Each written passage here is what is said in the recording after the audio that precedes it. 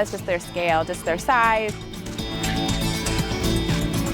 There's 98% the same DNA as us. Comparing that little one to my kids and like similar behaviors. I had no idea. Just like we all have different personalities. Absolutely.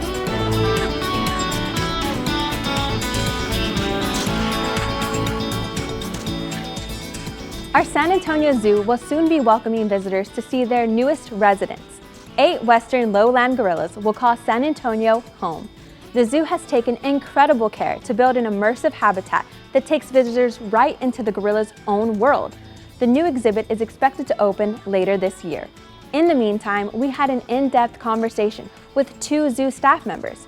Rachel Mostoff talked about the day-to-day life of the gorillas, while Hope Roth told us what this exciting new development means for the city. Take a look. What can, visitors expect when they, see Congo Falls?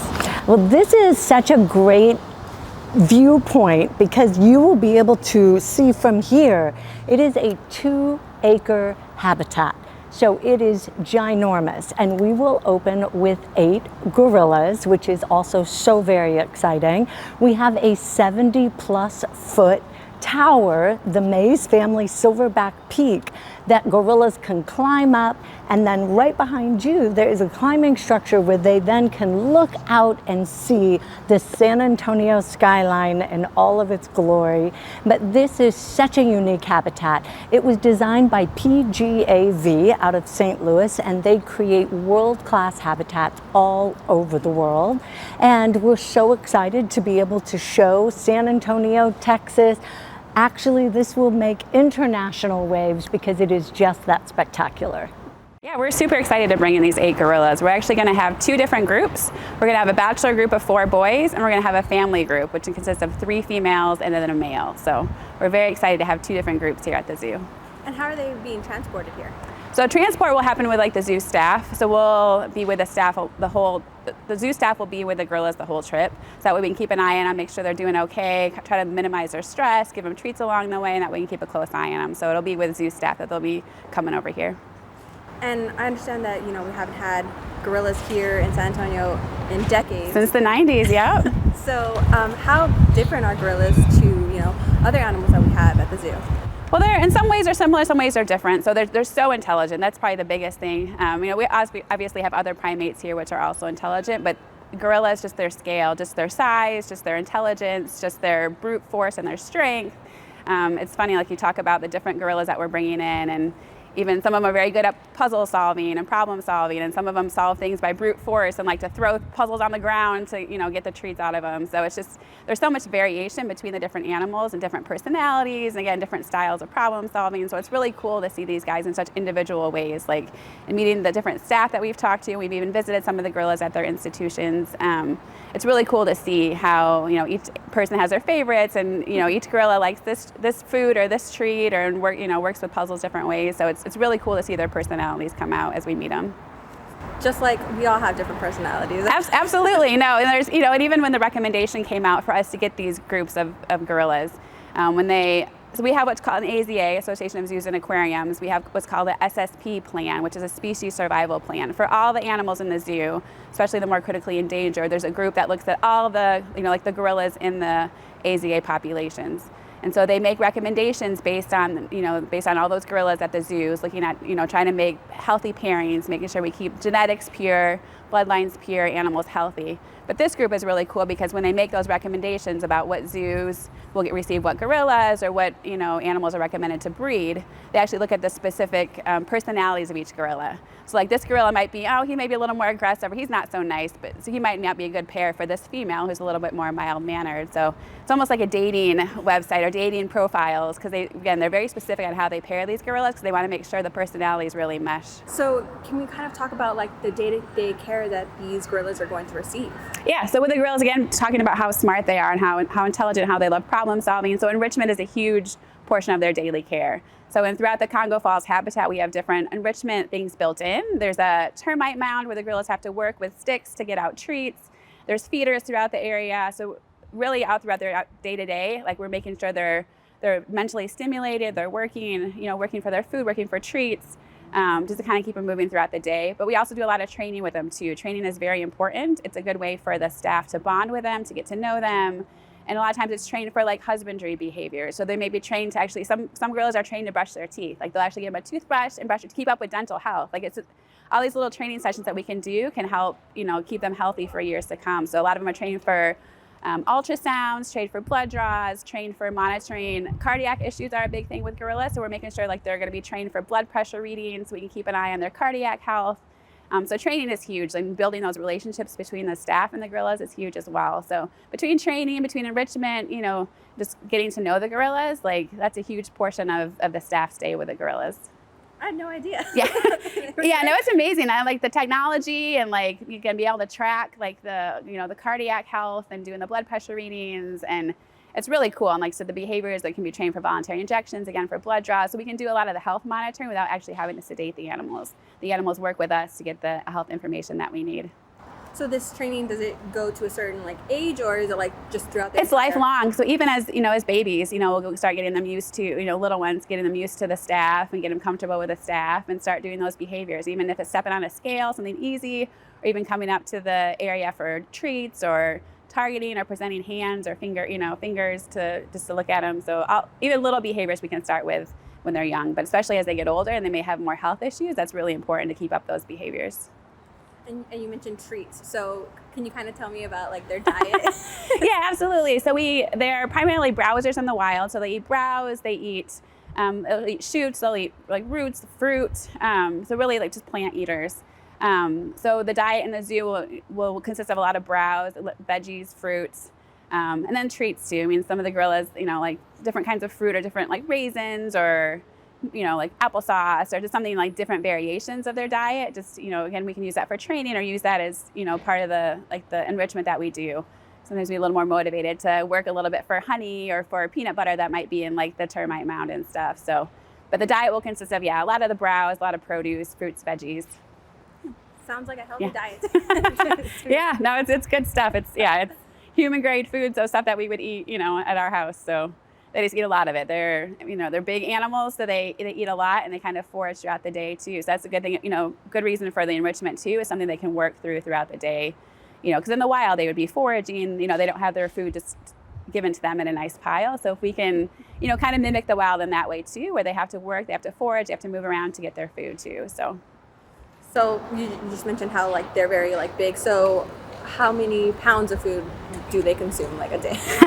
That is a good question. I would have to look that up specifically, but I mean the browse, I would say probably 10 to 15 pounds of browse a day, and then they also get the fruits and veggies, but it's hard to tell the weight, but probably maybe 2 cases of produce a day for at least smaller group, plus some chow as well. So kind of supplement the produce.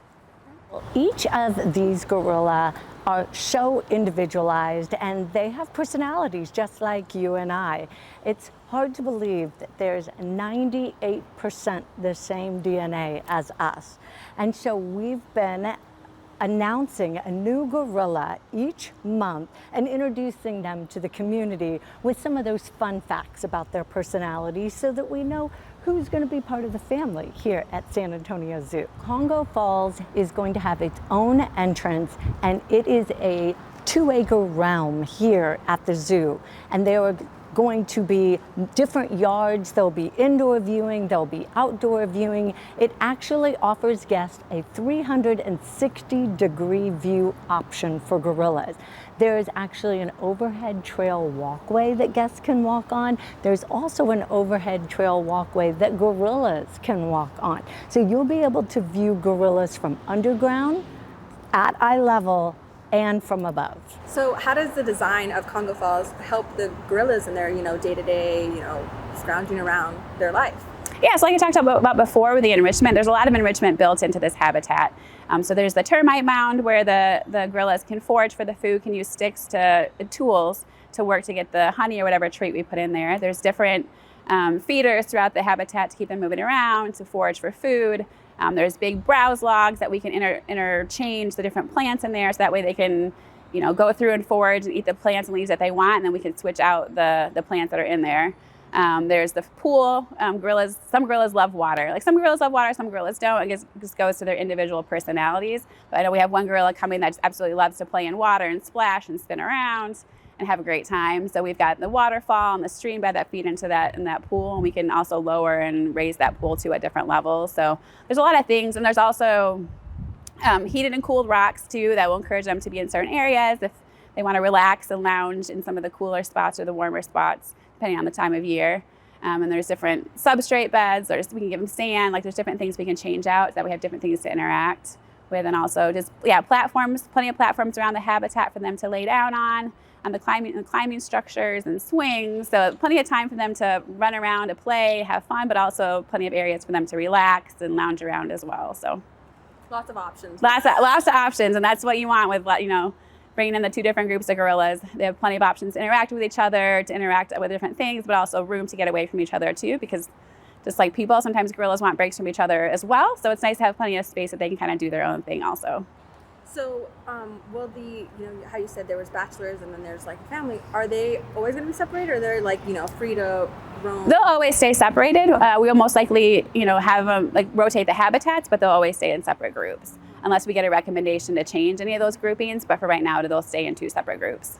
Oh, we are working so hard to get Congo Falls open, and it will open in 2025. It'll be late this year, and it is going to be absolutely amazing. Over 230 plants and trees will be planted in Congo Falls, and some of those trees are over 15 feet tall already. So it's really going to be an immersive experience for the guests.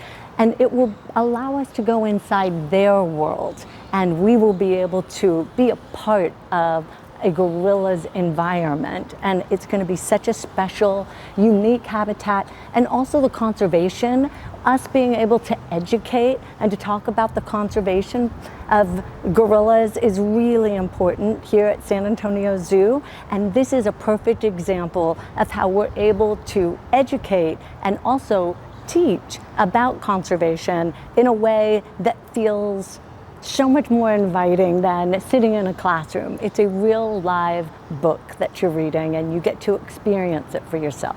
Oh yeah, why it's so boring sometimes when you have to learn about these beautiful animals in a book, and when you're like, oh, I could just go to San Antonio Zoo and learn about them right there. Absolutely. And Congo Falls will be included with your admission. There's no additional charge to come into Congo Falls, and we're so excited for guests to be able to come and meet the new gorillas that are going to call San Antonio Zoo home, and learn about them and learn about the plight of gorilla and what we can do every day in our day-to-day lives to help gorillas in the wild. From the moment you walk up to the entrance, you're going to see a waterfall. It really embodies its name, Congo Falls. And there is the Will Smith Foundation Infinity Falls, which is a 2-story waterfall in the habitat. It really transports you and makes you feel like you are in a rainforest. Oh, I'm very excited. I worked with primates before years ago, and in my current role as well. Not as hands-on as I used to be, but as director of mammals, I get to be pretty involved with the day-to-day and at least help with staff as needed. But the gorillas, it's going to be great. I mean, to work with great apes, we haven't had great apes here in so long. Just to be able to work with them and just how intelligent they are, and be a part of this process has just been amazing. Just thinking through the different things and just the abilities of the gorillas, and they're trying to keep them mentally stimulated, and just trying to build these things into the habitat and just make it an awesome habitat for them. It's so exciting to be a part of, because it's just such a big thing for San Antonio Zoo as well as San Antonio itself. So it's great to be a part of this. I'm excited to see this happen. So in the family, you said that it's like a mom and a dad and... Well, it's 3 females and then a male. So So in their ages, what are their ages range from? So the females are around 22, let me repeat that. So their females are around 12 to 13 years old. And then the male is 25, that will be with the females. And then the bachelor group, they're in their low 20s. And gorillas can live, they can live into their 50s. So in that scale, they're not, you think of 20s, being as an older animal, but they're really not a geriatric animal by far. So. Okay. So can you tell me a little bit more about, the different personalities that, y'all probably will be getting from these gorillas? Oh yeah, like just like people, each gorilla has a totally different personality. Like some will like one thing or one food or one, have different ways to problem solve. Like there's just so much difference between the different individual animals.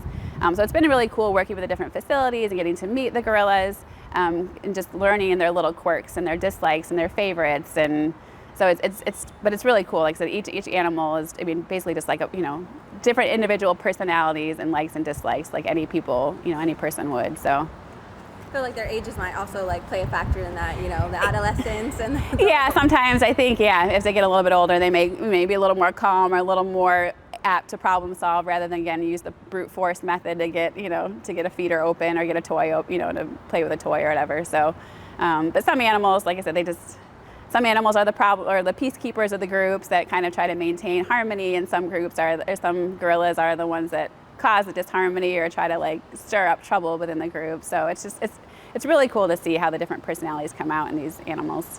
Yeah, and I think it'll be great for visitors to like walk up and like just kind of watch the interactions like happening. And like, oh yeah.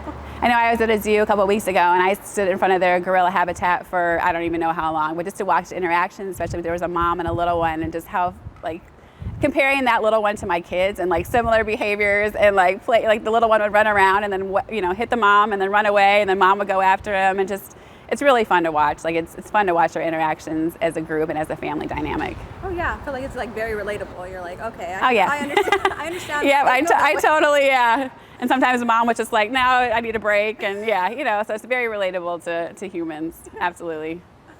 We hope you enjoyed this special programming. Catch more original shows like this running around the clock on KINS 5+.